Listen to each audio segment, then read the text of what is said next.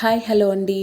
ఈరోజు ఈ వీడియోలో మామిడికాయ వేసి చేపల పులుసును అనేది ఏ విధంగా ప్రిపేర్ చేసుకోవాలి ఏంటి అనేది చూపిస్తున్నానండి. చింతపండు వాడుకోకుండా ఈ విధంగా మామిడికాయను వేసేసి చేపల పులుసు చాలా బాగుంటుంది. టేస్ట్ చాలా ఈజీ ప్రాసెస్ కూడాను. ఇది ఎలా చేసుకోవాలి ఏంటి అనేది చూద్దాము. ఇక్కడ 1 కేజీ వరకు చేపలు అనేవి మంచి శుభ్రంగా కడిగించి ఈ విధంగా ముక్కల కింద కట్ చేసేసుకొని తీసుకోవాలి. దీంట్లోకి ఏం వాటర్ అనేవి ఏమీ లేకుండా చూసుకొని దీంట్లోకి మసాలాలు అనేవి యాడ్ చేసుకోవాలి. అల్లం వెల్లుల్లి పేస్ట్, అలాగే ఉప్పు, కారము, పసుపు, జీలకర్ర పొడి, ధనియాల పొడి, కొంచెం గరం మసాలా వేస్తున్నాము. అవి వేసేసి ముక్కలకంతా బాగా పట్టేలాగా పట్టించి ఒక 1 అవర్ పాటు పక్కకు పెట్టుకోవాలి. మంచిగా మ్యారినేట్ అయిపోతుంది. మనం ముక్కలు చెదరకుండా చాలా ఈజీగా చేసేసుకోవచ్చు. ఈ విధంగా అంతా కలిపేసి ఒక 1 అవర్ పక్కకు పెట్టేసుకుంటే సరిపోతుంది. ముక్కలకి బాగా మసాలా అంతా పట్టి ముక్క అనేది చాలా టేస్టీగా ఉంటుంది. ఇప్పుడు దీనికి స్టవ్ పైన ఒక వెడల్పాటి ఇలా గిన్నె పెట్టుకోవాలి. ఎప్పుడు కానీ పులుసులకి ఈ విధంగా వెడల్పుగా ఉంటేనే చాలా బాగుంటుంది. మనకి ముక్కలు కూడా చెదరకుండా మాటి కలుపుకోకుండా ఈ విధంగా వెడల్పుగా ఉండే గిన్నెలు అనేవి పెట్టుకోవాలి చేపల పులుసులకి. అది గిన్నె కాస్త వేడెక్కిన తర్వాత 2 స్పూన్ల వరకు ఆయిల్ అనేది వేసి దాంట్లోకి ఆయిల్ వేడెక్కిన తర్వాత జీలకర్ర, ఆవాలు, అలాగే కరివేపాకు, సన్నగా కట్ చేసుకున్న ఉల్లిపాయ ముక్కల్ని కూడా వేసి అంతా బాగా కలుపుకోవాలి. మీకు గ్రేవీ కాస్త చిక్కగా కావాలి అని అనుకుంటే ఉల్లిపాయ ముక్కలుగా కాకుండా పేస్ట్ లాగా చేసి కూడా వేసుకోవచ్చు. బాగుంటుంది అలా కూడాను. ఈ విధంగా అంతా కలిపేసి ఒక 2 నిమిషాల పాటు మూత పెట్టేస్తే అవి తొందరగా మగ్గిపోతాయి. ఇప్పుడు ఆ విధంగా మగ్గిన తర్వాత దీంట్లోకి అల్లం వెల్లుల్లి పేస్టు మనం ముక్కలలో వేసాం కదా, సో దాన్ని చూసుకొని వేసుకోవాలి. అలాగే జీలకర్ర పొడి, పసుపు, ధనియాల పొడి ఇవన్నీ వేసేసి ఒకసారి అంతా బాగా కలుపుకోవాలి.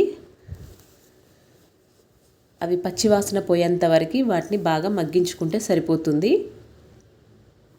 ఒక 2 to 3 మినిట్స్ బాగా మగ్గనిస్తే అవి కొంచెం మంచిగా వేగితే పచ్చివాసన అనేది ఉండదు. ఇప్పుడు దీంట్లోకి మనం తీసుకునే మామిడికాయను బట్టి టమాటాలు అనేవి యాడ్ చేసుకోవాలండి. మనం తీసుకునే మామిడికాయ పులుపుని బట్టి టమాటాని యాడ్ చేసుకోవాలి. దీంట్లోకి నేను ఒక పెద్ద సైజు టమాటాని తీసుకొని ఈ విధంగా కట్ చేసి వేసుకుంటున్నాను. నేను తీసుకున్న మామిడికాయ అనేది మరీ అంత పుల్లగా లేదు, సో దాన్ని బట్టి నేను టమాటా అనేది యాడ్ చేశాను. అది యాడ్ చేసి ఒకసారి బాగా కలిపేసి మూత పెట్టి ఆయిల్ అంతా పైకి తేలేంత వరకు ఉడికించుకోవాలి. తర్వాత దీంట్లోకి సరిపడంత ఉప్పు, కారము, అలాగే కొంచెం గరం మసాలా కూడా వేసేసుకోవాలి. మనం ముక్కలలో వేసుకున్నాం కాబట్టి దాన్ని చూసుకొని వేసుకుంటే సరిపోతుంది. అన్నీ వేసేసి ఒకసారి అంతా బాగా కలిపేసుకొని ఒక 2 to 3 మినిట్స్ మగ్గనిచ్చిన తర్వాత దీంట్లోకి నేను ఒకటి పెద్ద సైజు మామిడికాయ అనేది తీసుకొని ఈ విధంగా ముక్కల కింద కొంచెం పెద్దగానే ముక్కలు కట్ చేసుకోవాలి. అప్పుడే బాగుంటుంది మనకి తినడానికి. ఎందుకంటే ఈ చేపల పులుసులో బాగా ఉడికిపోయి టేస్ట్ అనేది చాలా బాగుంటుంది మామిడికాయ ముక్క కూడాను. ఈ విధంగా అంతా బాగా కలిపేసుకొని మూత పెట్టేసి ఆయిల్ అంతా పైకి తేలేంత వరకు ఉడికించుకుంటే సరిపోతుంది. ఈ విధంగా ఆయిల్ అంతా బాగా పైకి తేలిన తర్వాత ఒకసారి అంతా బాగా కలిపేసి మనం ముందుగానే మసాలా కలిపి పెట్టుకున్న ముక్కల్ని దీంట్లోకి వేసేసుకోవాలి.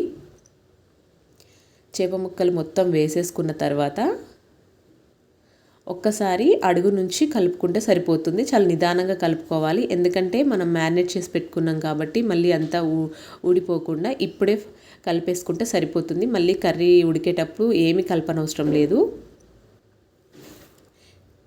ఇలా అంతా ఒకసారి అడుగు నుంచి కలిపేసుకొని మసాలా అంతా పట్టేలాగా చూసుకోవాలి. ఈ విధంగా అంతా ఒకసారి బాగా కలిపేసి మూత పెట్టేసి ముక్కలంతా బాగా ఉడికేంత వరకు ఉడికించుకుంటే సరిపోతుంది. ఒక 5 మినిట్స్ అలా ఉడికించుకున్న తర్వాత దీంట్లోకి సరిపడంత నీళ్లు వేసేసుకోవాలి.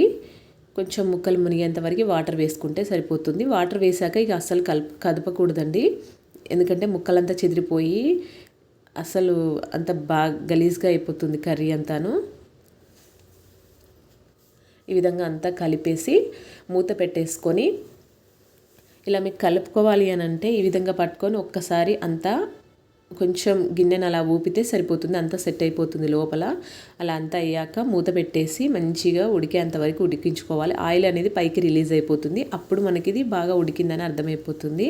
అది బాగా ఉడికిన తర్వాత పైన కొత్తిమీర చల్లేసుకొని ఒక్కసారి అంతా కూడా అలా మళ్ళీ గిన్నెని అటు ఇటుగా ఊపితే అంతా కలిసిపోతుంది.